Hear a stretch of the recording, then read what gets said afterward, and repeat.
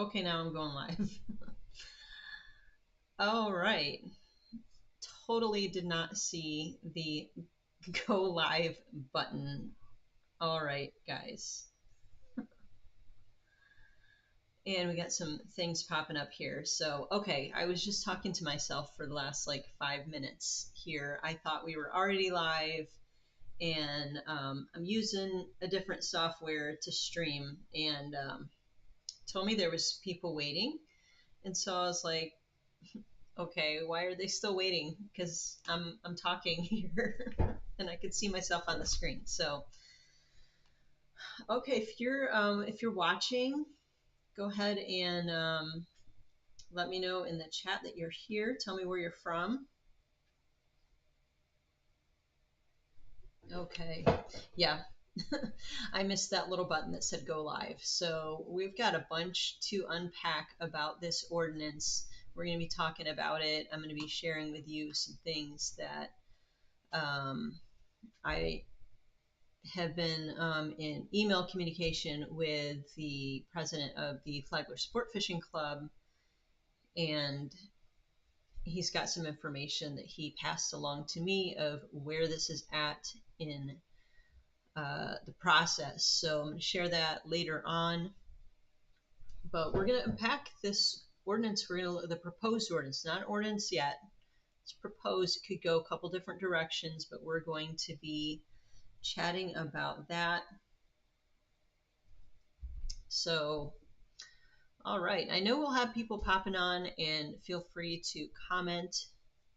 And I just ask for people who are commenting to be kind to each other and be respectful. So let's talk about this Flagler County proposed ordinance to ban or restrict beach fishing on certain beaches. Hopefully, it's just certain beaches that we're dealing with. So, more and more beaches are placing restrictions on beach fishing. I remember a couple years ago, we went to travel down to like the Miami area, and I actually had to really look into it, because the more I dug into it, the more I was like, oh, can't even fish at all on this beach. Can't fish on that beach. Can fish here, but only till 10 in the morning.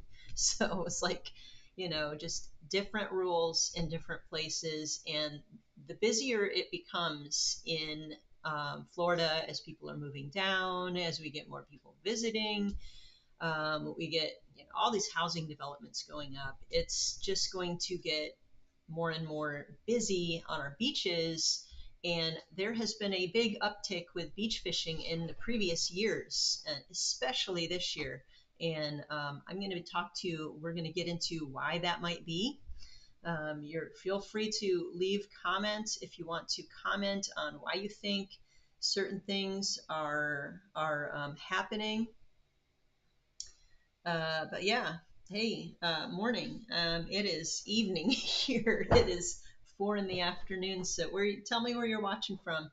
We're talking about Flagler County beach fishing potential bans. And so, you know what? If you're in a different area with different beaches, this could happen in your area. If it hasn't happened already, has potential to happen. So we have currently a proposed ordinance to ban or restrict surf fishing. And so, as a surf fishing guide, this affects me, it affects my clients. I can see places where it's going to affect the whole community. So, we're going to unpack this. We're going to take a look at the proposed ordinance. Later on, I'm going to I'm going to give you my opinion on what I think they should do. Not that my opinion is any type of ramification of where they should head with it. But what we're going to talk about first is, if you follow me on social media, we talked about this a few weeks ago. Not talked about it, but I posted on Facebook, if you follow me there, a petition that I got an email from the Flagler Sport Fishing Club, said, hey, this ordinance is being proposed. We want everyone that doesn't agree with it to sign this petition. So you may have seen me send out that email, share that petition. A bunch of you signed it. A bunch of you shared it with people. And so, Fishing is important. It's important to the community. It's important as anglers for peace of mind, for, many different reasons, for putting food on our tables. So, to restrict our ability to fish is, a lot of people find that very intrusive on their lives. So, there's a lot of people left a lot of comments on a bunch of those posts that were going out about that. So maybe you don't fish. Maybe you're here watching this video while we're live or later, and maybe you just like to go down to the beach and with your family, and you get annoyed when there's people fishing next to you, and you're wondering, why do they take up so much space? Why do you got to have so many poles in the water? What is going on? And recently, like, I was running a charter today, and there's people all lined up and down the beach this way, all lined up down the beach that way. We were at Varn Park a couple weeks ago. I was at Filano Beach. All people. I mean, I had someone stop and talk to me. It was like, is there an event? Because I've never seen this many people fishing before, and I was just there fishing for fun. As far as I know, there was no tournament. There was nothing else going on. People just want to fish on the beach. It's very, very fun. So maybe you're a beach goer, you're a swimmer, and you're wondering, why do you do what you do? We're going to unpack that too. I'm going to give you some perspective if you're not an angler, if you don't do beach fishing, and you just here trying to understand from our perspective. I'm going to give you some good perspective as to why we do what we do as beach fishermen, fisher anglers, because I'm not a man. Okay, anyways, and later I'm going to show you why even why even restricting the hours, like, because one of the things that a lot of places do is they will, restrict the hours and say, well, you can fish before this time and after that time, but during this block during the day, nobody can fish. So that even can affect your beach fishing experience. And my cat is trying to open the door. You're probably hearing him in the background. Okay, so I want to dive into topics like this more often. So if you like that idea and you want to hear more about, fishing news, and especially if it matters to women, we're definitely going to be talking about that in the future. Anytime we have something like this that affects the fishing community, I want to jump on here, let you guys share in the chat and get your perspective. Okay, Orlando. It's definitely not morning, Orlando. Monkey wrench. But thank you for coming on here. Thank you, appreciate it. Anyone else watching, if you want to drop in the chat where you're watching from, and I'm going to be asking you later, like, what your opinion is on this. What do you think? And you're free to share with each other. Just please be respectful. So yeah, so if you like coming into topics like this, make sure you subscribe, because we're going to start doing this more often. So let's take a look. I'm going to share my screen here. We're going to go into, let's see. Okay.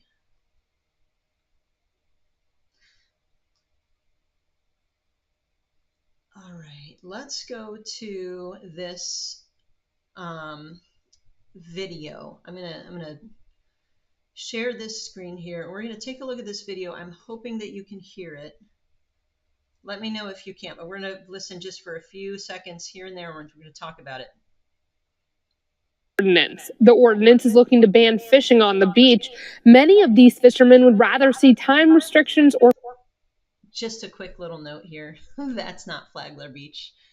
If you're watching and you have fished in Bethune Beach before, we're looking at New Smyrna Beach, New Smyrna area, down at Bethune Beach, Mary McLeod, Bethune Beach Park. They tried. Further guidance. Not an all-out ban, but let's put some common sense in it. Mike Vickers Jr., president of the Flagler County Sport Fishing Club, says the beach is where they not only practice their sport or hold annual tournaments, but many run business. During those tournaments, the anglers could be there until about 2 o'clock in the afternoon, which would then intermingle with the swimmers. And again, that's the reason we're looking to get some guidance. Now, it wouldn't be a blanket ban here on beach fishing, but rather would create restricted zones. Where those zones would be is still up for debate. Okay, so I want to stop that there. Because two things I want to point out here is that the ordinance states that it would ban beach fishing. Um, Anglers want a time or an area only. So we're not sure. It's up in the air whether that's going to be a full ban, like probably near the pier area. That's when you say Flagler Beach, that's what everyone refers to. Even though Flagler County beaches have many different beaches, so I'm assuming that they're meaning right near the pier, but we don't know exactly yet because everything is still up in the air. So, and like she said just now, not a blanket ban, but zones, and all of that is up for debate. So there is, let me show you this other thing here. So the city commission meeting, so this is the agendas for the city commission for Flagler County. And this for us is from September 25th.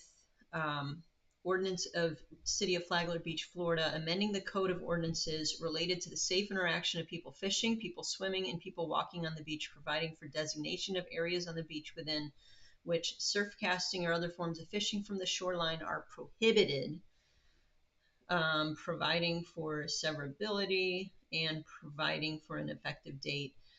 So they were supposed to talk about it at this September 25th meeting, but as you can see down here, where my cursor is, direction was given at the September 11th meeting for the staff to coordinate meetings with a local sport fishing club to craft the ordinance.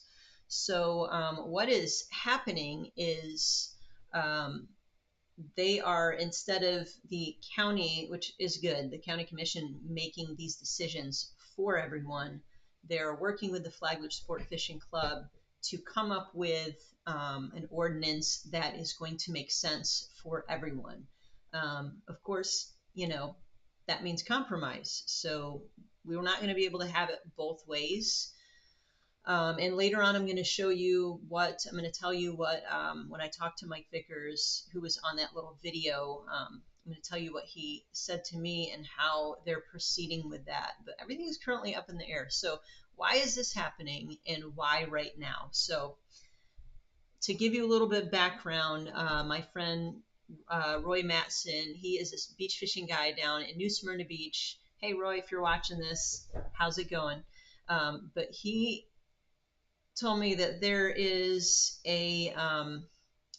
was a situation, I don't know when it happened, but somebody came out to the beach at Flagler Beach 2 o'clock in the afternoon, right in the time where it's the busiest. The most people, probably the most kids and families are going to be out that time of the day. And so he said he was going to fish where the swimmers were. Quoting, I'm using the words that I got from Roy. Someone went out to Flagler Beach 2 p.m. saying he was going to fish where swimmers had been all day.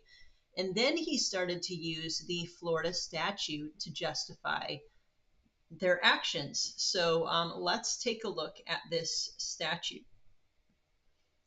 And I'm going to show it to you right here. Here's the Florida. And I wanted to have all of this stuff, so you can see it. This is exactly what it says. Let me see if I can get this bigger. There we go. Harassment of hunters, trappers, or fishers. So this is the statute that this guy was trying to say was the reason why he was able to do what he was doing. I'm just trying to make sure it gets into the screen here where you can see it. A person may not intentionally within a publicly or privately owned wildlife management or fish management area on any state-owned water body interfere with or attempt to prevent unlawful taking of fish, game, or non-game by animals by another. That's the main part there, because the other part of that doesn't have to do with what he was trying to say. So what he was really doing was trying to twist it the other way around. So this statute is really meant to, if you're out there fishing already and someone's trying to harass you or mess with you while you're fishing, then that's where that statute comes into place. But this guy didn't do that. He went out to the beach and he was the one going to start fishing where all the people were. And that is where, you can't use this statute in that. Let me know what you think about that. Um, let's see, we got in the comments here, we got Matt praying from Sebastian, Florida. Surffish, not as much. Health issues. I know that can make it difficult. Um, and I appreciate that comment about the videos. Yeah, I appreciate that. So I try to bring helpful information and try to help people catch more fish from the beach. So, but like I said, the statute had nothing to do with forcing people to move out of the way to fish. I would say for the most part, most people are kind of respectful. Most anglers that I see out there, they are trying to be respectful for other people. Now, I am going to give some words of wisdom to anglers out there, some ways that we can help prevent these things from happening in the future. Nobody likes this stuff to happen. So let's see what we can do to prevent it. So um, let's take a little bit of a look into beach fishing. So I moved down here in 2020, and we moved down right in COVID. It wasn't because of COVID. It was our long-term goal, 6-year goal, to move back down to Florida. We used to live here years ago. So at that time, and I love to fish and I love the beach. So when I went down to the beach and I saw people fishing, I was like, that is what I want to do. And when I first started beach fishing, you might have like someone way down there, you might have someone over that way, but it's not at all like most of the, people, there wasn't too many people doing it. There weren't very many channels on YouTube. And all of the ones that I used to learn from and follow, they were all in the panhandle. So I had to adjust everything I was learning, and I had to like filter it through the lens of Northeast Florida dirty water. This isn't the clean water in the Gulf. So I had to do a lot of like learning on my own, and I went for months not catching a thing because a lot of the content that I was getting was in other places, from other places. So fast forward, and it has really exploded. We've got more YouTubers up and down the coast. Some of them I've collaborated with, some of them I want to collaborate with and have not had a chance to. If you're watching and you want to collaborate on a video, we've been trying to do that. We will get to it. We just haven't yet. But so there's a few reasons why this has exploded. Because like I said, especially this year, it's really, really exploded. So I think several different reasons why. Number one, the economy. It's overall less expensive than having a boat, maintaining a boat, having to pay for, for it to be stored or for it to be, put in a marina or something like that. Now, of course, you can buy really expensive poles and you can really uptick the expense on your beach fishing, and you can trick out your beach fishing cart 4,000 ways and make it really expensive if you want to. But overall, beach fishing is less expensive. COVID helped, you know, when you couldn't do this or that, you could go to the beach here in Florida. You were allowed to go to the beach in the open air and you could fish. It's accessible. So as long as you can get out onto the beach, then bring your equipment. When I first started, I didn't have a cart. I would just carry my poles over, walk over into the beach. So it's more accessible to get to, if you don't have to have a boat to do it. You don't have to worry about all that stuff. Just walk down to the beach with your equipment and start fishing. There's so many species, and most of the species that you catch are going to be good to eat. A lot of them are. So I've probably caught at least 40 different species just from the beach. There's so many different kinds. And of course, the biggest pull to beach fishing is the tug is the drug. So um, now, like I said, you go to the beach now compared to 2020, 5 years later, and it looks like tournament day every single day, practically. There's so many people beach fishing. Part of it might be my fault. I will take some of the credit. I'm teaching you all how to fish from the beach and how to catch them and be more successful. So I may be slightly at fault. So I will take some of that. So for the people watching this and you are a beachgoer, you're not a fisherman and you're not an angler and you don't do beach fishing, but you go out to the beach and with your family and maybe you're annoyed and you're like, why do you take up so much space? And I see this, the biggest question I see when there's posts on like Nextdoor or any of those kind of forum apps, that if they're talking about people fishing on the beach, they are questioning why, you're taking up so much space. Why do you have so many lines in the water? So I want to give you a little bit of understanding into that. So when you're fishing from the beach, from day to day, and even different times of the day, you've got to find where the fish are running. And so they might be up close. Like I find a lot of fish up close first thing in the morning.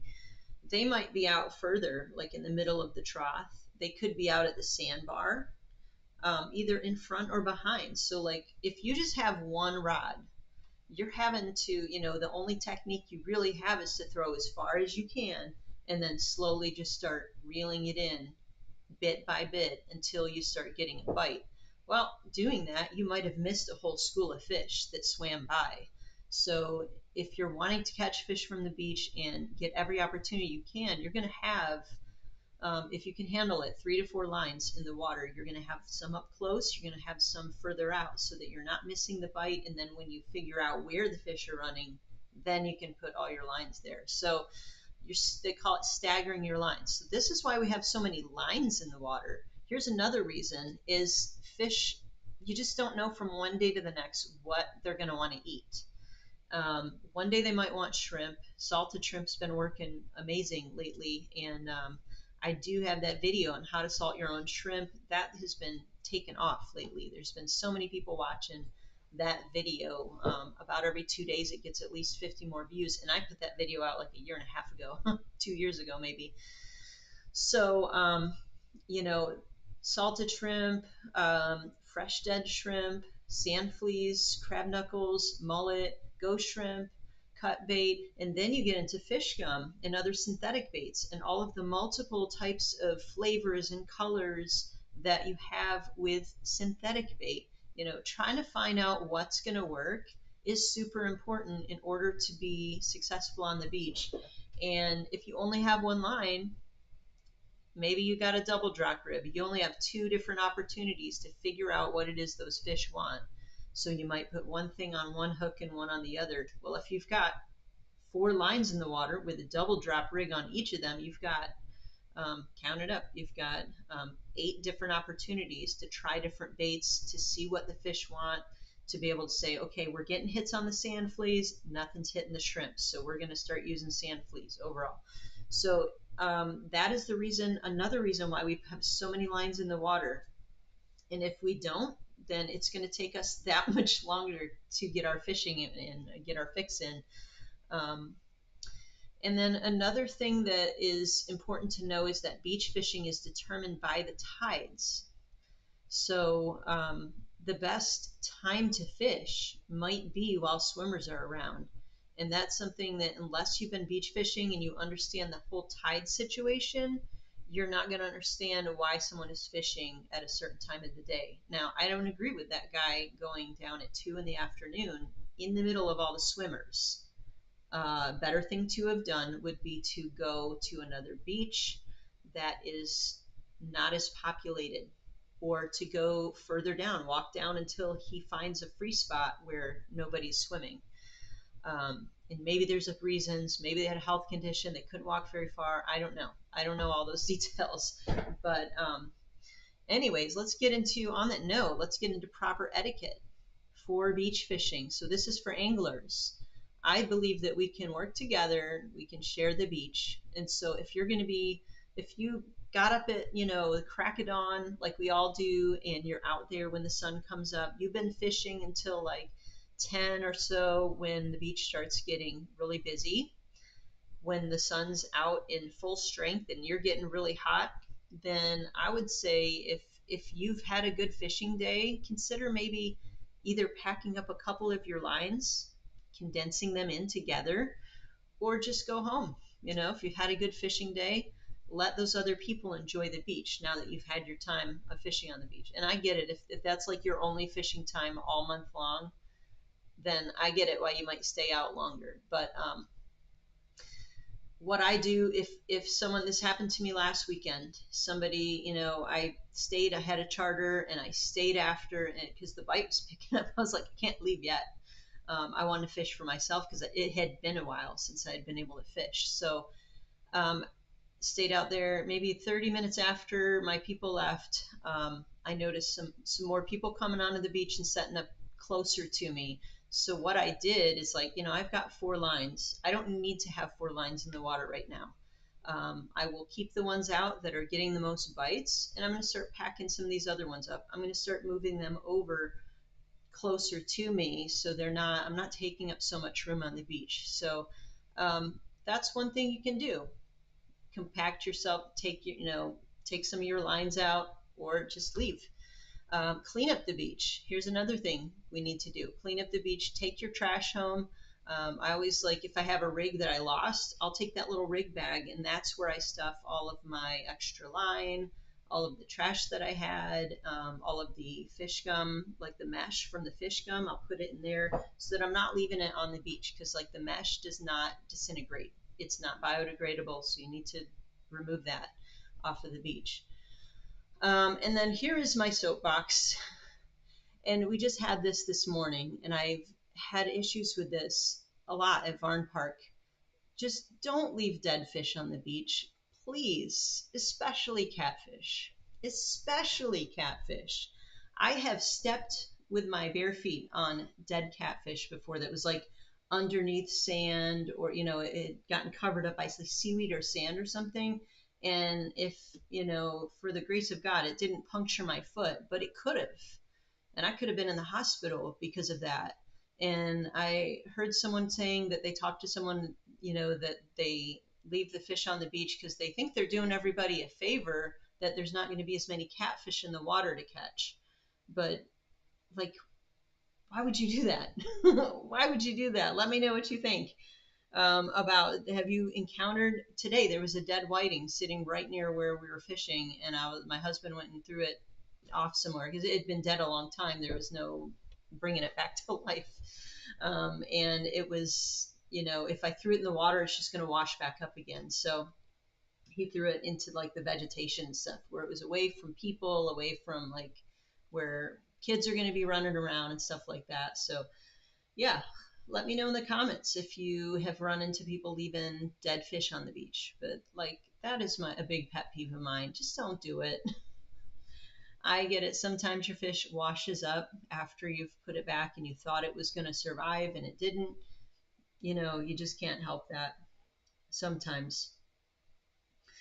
But yeah, finding ghost shrimp would be a great video. Yeah, ghost shrimp. I have yet to get a ghost shrimp pump, Matt. But yeah, they are excellent bait. I've been using the fish gum, the atomic yabby lately, and sometimes that's been really, really on fire. A couple weeks ago, it's like all the fish wanted to eat was that ghost shrimp flavored fish gum, the atomic yabby. So just knowing how to act, social boundaries. I agree. Yeah, I agree. So okay. So let's move on. How is this ordinance going to affect anglers? So we have 2 possibilities that I see. Either possibility 1, we're going to have whole beaches restricted from fishing. So how is this going to affect us? We lose an entire fishery, which would be really sad, because there are certain fish that you find more often. Like if it's Flagler Beach near the pier, I know a lot of people, and while the pier is still getting fixed, they will fish right next to the pier pilings, because that structure is going to hold some fish that you aren't going to normally find in other parts of the beach because of all that structure. So that would be sad to be able to have to lose an entire fishery. Possibility 2 is fishing could be restricted to certain hours, either year round or seasonally. So how is that going to affect you? The best fishing time could fall in a restricted time zone. So let's say if high tide is at 3 in the afternoon and the beach fishing is closed until like 5, and like for a high impact beach, like I think Flagler's going back to high impact, even though they put all that sand down and tried to make it a low impact beach. It's working its way back. You can see the trough starting to form again and stuff like that. So it's still going to be a better experience fishing it leading up to high tide, I think. Um, and you can let me know if that's been your experience or not. But so leading up to high tide would be, if high tide's at 3, then between 1 and 3 would be a great time to fish, or noon and 3. But if you're in that restricted time zone, then you can't fish there. You're going to have to find somewhere else to fish during that time. That time that is going to be the good time to fish. And then vacationers, if you're on vacation, you might not have the flexibility to fish during the open hours. And you might not know where to go, where it's allowed, if it's not clearly stated everywhere. So here's my suggestion, and we're going to be wrapping this up in a little bit, but my suggestion, my opinion for the best resolution would be to only have restrictions where there's lifeguards. So where there's lifeguards, they're going to be enforcing those rules while they're on duty. And typically the lifeguards are usually in place between like Memorial Day, and I believe this is how Volusia County has it. And I think my friend Matt, Roy Matson, said that this is how it is in Volusia County, because that's where he runs most of his charters, that it's from Memorial Day to Labor Day. They have restricted hours when the lifeguards are on duty. So while they're on duty, fishing's not allowed. Once they leave for the day, then you're allowed to fish again. So early in the morning, later in the day. But then when it's off season, before Memorial Day and after Labor Day, then you can fish any time of the day. Or night, I guess, if you fish at night.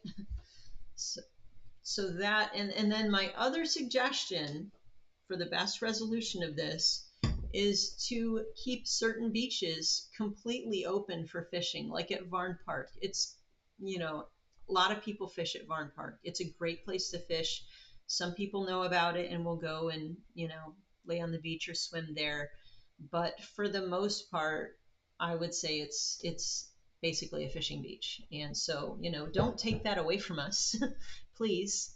And then, and I already stated this, only have that in place when the beaches are the most busy, which would be basically, I mean, you're going to have some outlier days there, Memorial Day to Labor Day. And of course, after Labor Day, there's still people out at the beach and stuff like that, but it's not going to be as busy. All right, so what is happening now? So when I talked, I emailed back and forth with Mike Vickers, president of the Flagler Sport Fishing Club, Mike Vickers Jr. So this is what he told me. He said, the county manager has reached out, wants to work with us on drafting an ordinance. He said, I'm presenting this to our club at the next members meeting on October 2nd at Club 51, at which time I'll be asking for a group of people to sit with the city manager to craft this ordinance. I'm assuming that that group of people are going to be people in the club, people in the area. So I don't know who actually he's going to be asking, but I do know that Flagler Sport Fishing Club meetings are open to the public. So they meet at Club 51 in Palm Coast, and that's October 2nd is their meeting. So if you're more interested in getting more information about this ordinance and what's going to be happening, that would be a great place to start. Go to the meeting on October 2nd and see what's happening. If they haven't changed it, their monthly meetings are open to the public. So you're able to go and listen and see what's going on. So that is it. We talked about the ordinance, talked about what I think about it, and just wanted to give y'all some perspective from both sides here, for the beachgoers and for the anglers. So we'll take a look at the comments here. And I do agree. A lot of it has to do with social boundaries, Matt. Yeah. And I always pack out what I brought, even clean up the area. The good for you. The good for you. Yes. And like if I reel in trash, I'm taking that with me. I'm not leaving it on the beach for someone else to deal with. I have reeled in so much trash. Let me know in the comments what kind of trash you've reeled in before, because if you've been fishing for like 10 minutes, you've probably reeled in trash. I've reeled in an IV bag. That was interesting. I think that was actually on an offshore thing. They use those for something with fishing, and cannot remember what they said it was. They use it for. Maybe for like some type, like putting scent in the water or something like that at a slow rate. I don't know. I have reeled in a couch cover. After the hurricanes, I reeled in a palm tree. That wasn't trash, but it was unusual. Let's see. I've reeled in socks, sunglasses, gloves. Yeah, all kinds of stuff. Let me know in the comments what you've got that you weren't expecting. But anyways, that is all. So thanks for watching, guys. And I appreciate all of you coming on here. And if there is a news story that you think that we should cover, you can feel free to leave that in the comments as well. But for now, I'm going to say goodbye. And I appreciate all of you. Let me know in the comments what you think about this proposed ordinance. Okay? So see you later.